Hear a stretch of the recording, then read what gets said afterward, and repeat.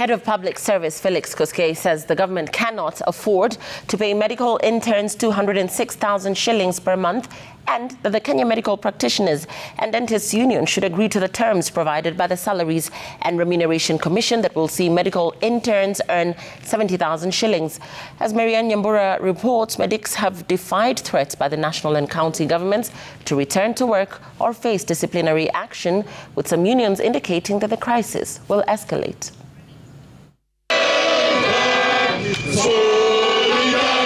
The nationwide doctors' strike clocked 1 month Friday. Doctors' Union, KMPDU and the government do not want to compromise on their demands. Talks have so far failed to resolve the stalemate, with the bone of contention a 2017 collective bargaining agreement and the posting of medical interns, among other issues. At the heart of the disagreement on posting of medical interns is the issue of pay. KMPDU wants medical interns paid 206,000 as per the 2017 CBA. The government wants to pay a maximum of 70,000 Kenya shillings, in line with SRC's recommendations.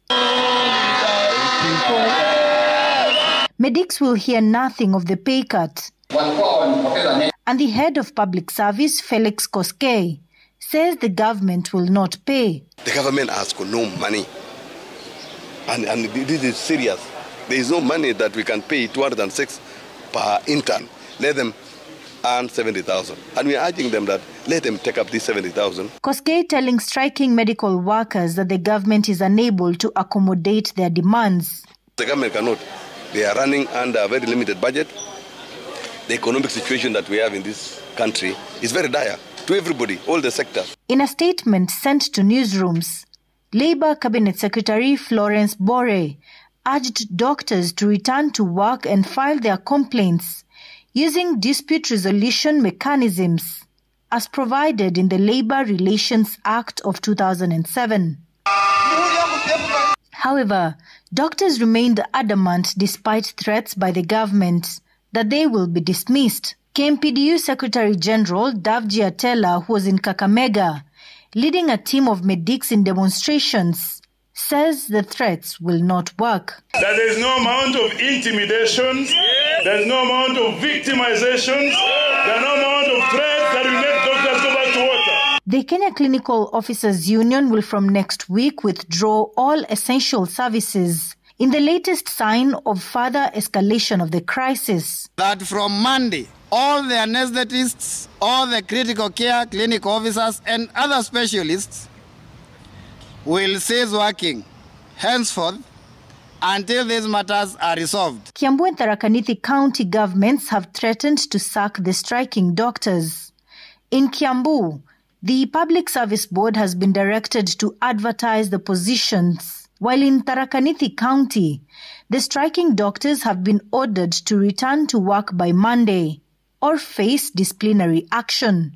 The county government of Kiambu will not process and pay salaries to any health worker who is absent from duty without lawful cause. By next week, the number of officers who will not have reported to duty, we must advertise and replace them. Leaders of the Presbyterian Church of East Africa, PCEA, and the Anglican Church of Kenya, urging the parties to the dispute to find a solution. The church notes with great concern the ongoing health workers' strike and its negative impact on the citizens.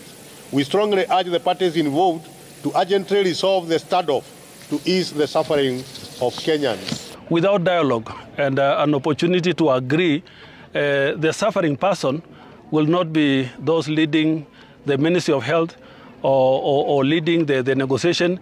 It will not be the union of the doctors. The suffering person is the ordinary Kenyan. Marianne Nyambura, Citizen TV.